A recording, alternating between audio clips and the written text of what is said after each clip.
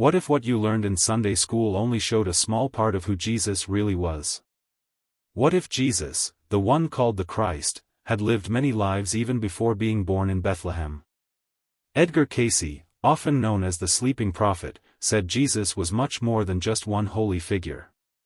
He believed Jesus had gone through a long spiritual path. A soul that chose to travel through time and space for a divine purpose. Cayce didn't say these things lightly.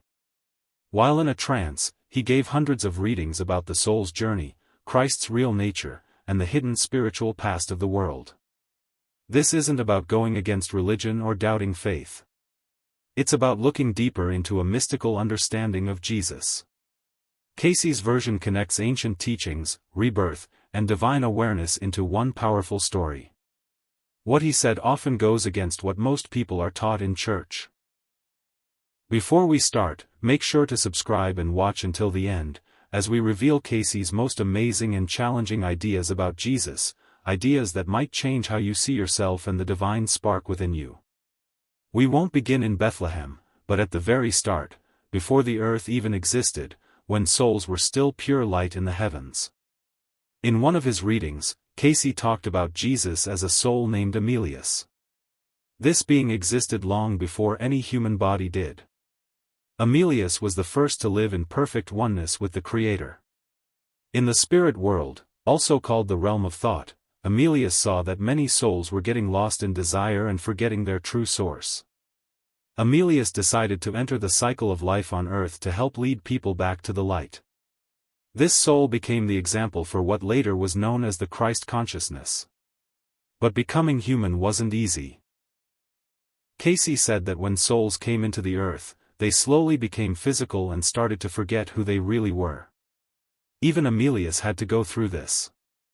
Over time, he went through different lifetimes, each one helping the soul grow, learn, and remember its divine mission. So, Jesus's story wasn't just one lifetime. It was many. Each one was a step on the journey. In another reading, Cayce said clearly that Emilius was the first soul created by God and later became Jesus. This soul went through many lives to become the way, the truth, and the life. That's where the real story of Jesus starts. Cayce said the soul that became Jesus had many past lives before showing up in Galilee. These were not random lives, but important stages that helped the soul grow and prepare. Cayce never said Jesus sinned like people usually think. But he did say these lives helped the soul get closer and closer to God's will. One of Cayce's most powerful statements was that this soul had been Adam, Enoch, Melchizedek, Joseph, and Zerubbabel. Each of these people, he said, was the same soul in different times, learning and growing. It's a big idea to think about. These figures in the Bible lived in different times and had very different roles. Adam, the first human. Enoch, who walked closely with God. Melchizedek, the king and priest. Joseph, who saved Egypt with his dreams. Zerubbabel, who helped rebuild the temple. Cayce said all of these were the same soul, just in different human forms, each preparing for something amazing. This changes everything. Jesus didn't just appear perfect, his soul grew and learned through many lifetimes. Still, Cayce said Jesus never lost touch with his divine purpose. In another reading, he said Jesus was the only soul that stayed so close to God through all his lives that he became the model for how people can return to the Creator. Cayce used the word, the pattern, again and again to describe him. Jesus wasn't just someone to worship, he was an example to learn from. His life was meant to show us what we're all capable of becoming. In that way, Christ didn't come to judge people but to help them wake up. One of Cayce's more debated ideas was that Jesus's soul grew through pain. In one of his readings, he said that Jesus learned to follow God's will through the things he suffered in his human life. This idea is similar to what's written in Hebrews 5 verse 8, but Cayce explained it more deeply. He believed that suffering wasn't punishment, it was part of a process that helped the soul grow, let go of the ego, and follow divine laws more closely, getting ready to fully carry the Christ energy. This brings up a deep but important idea. The Jesus Cayce described wasn't some flawless being we could never reach. Yes, he was a perfected soul, but he came from the same spiritual source as the rest of us. His greatness wasn't automatic. He earned it, over many lifetimes, by choosing again and again to follow the divine path. Cayce didn't turn Jesus into a god the way some churches do. Instead, he showed Jesus as someone who fulfilled the human journey in the highest way possible. What happened to Jesus during the years between childhood and adulthood, between ages 12 and 30, is still a mystery to many. The Bible doesn't say much about this time, but Cayce's readings paint a different picture. He said Jesus wasn't just waiting around, he was on a spiritual journey, traveling through different countries, learning deep truths that would shape his later teachings. In one reading, Cayce said Jesus traveled to places like Persia, India, and Egypt. He studied with spiritual leaders, learning about things like reincarnation, healing, meditation, and the idea that all life is connected. This wasn't about learning rare knowledge for its own sake, it was a personal path of growth, meant to fully awaken the Christ power inside him. Cayce said this journey wasn't just about Jesus, it was part of a bigger goal to bring together spiritual truths from many religions. Jesus wasn't turning his back on the Hebrew faith. He was fulfilling it, and expanding on it. Cayce described Jesus as someone who learned from different cultures so he could understand all the ways people search for truth. One important place Jesus visited, according to Cayce, was the Great Pyramid in Egypt. He said it wasn't just a tomb, but a sacred space built to help awaken the soul. In one reading, Cayce said Jesus went through important rituals inside the pyramid that helped prepare his body and spirit for the work ahead. These ancient ceremonies were made by wise people long ago who knew someone like Jesus would one day come. Cayce also talked about the Essenes, a spiritual group of Jews who lived simply and believed in prophecy. He said they helped raise Mary, the mother of Jesus, for her divine role, and later guided Jesus himself when he was still young. The Essenes believed in living a clean life, in karma, and in the soul's journey. Their views matched Cayce's idea of a Jesus shaped by deep, universal truth, not just one religion. This gives us a whole new way to look at Jesus. He wasn't just someone with new ideas, he was someone who remembered old wisdom. His message felt bold, not because it was brand new, but because it brought back ancient truth that people had forgotten. So when Jesus returned home to Galilee, he wasn't just the local carpenter's son anymore.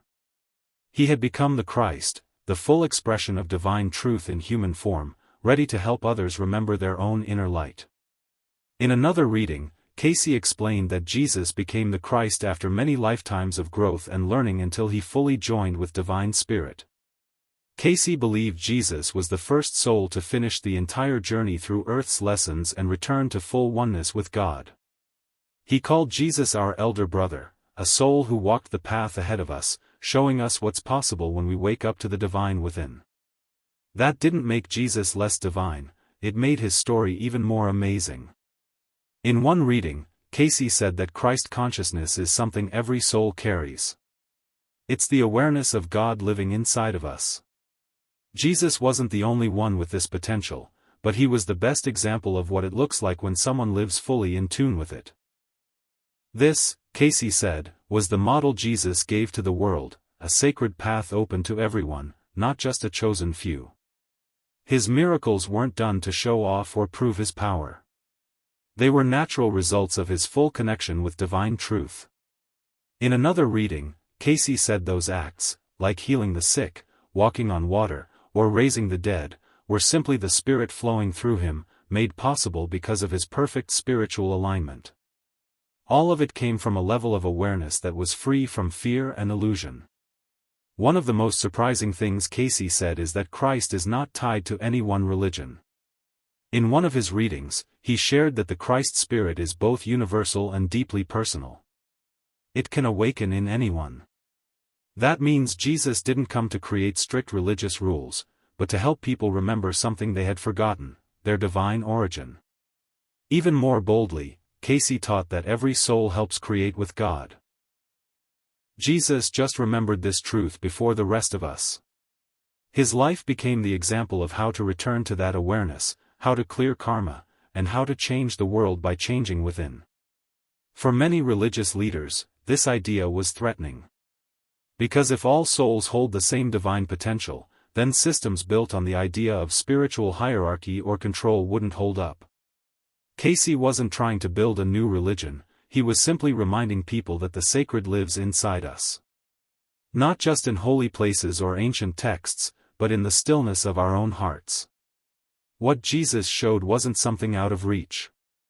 It was the way back to our true home, walked with humility, kindness, and deep love. Cayce didn't attack the church, but he did offer a challenge. He reminded people of what Jesus really taught, not fear, not control, not blind loyalty to outside authority, but awakening, personal transformation, and union with the divine. Through hundreds of readings, Cayce described a Jesus who wasn't just meant to be praised, but to be followed as a living example of our own soul's potential. Jesus didn't ask for worship, he invited us to take part in the same journey. Salvation, Cayce said, wasn't about a contract, it was about remembering who we really are. In another reading, Cayce said, "Know that your soul existed before this life and that it can become aware of its oneness with Him."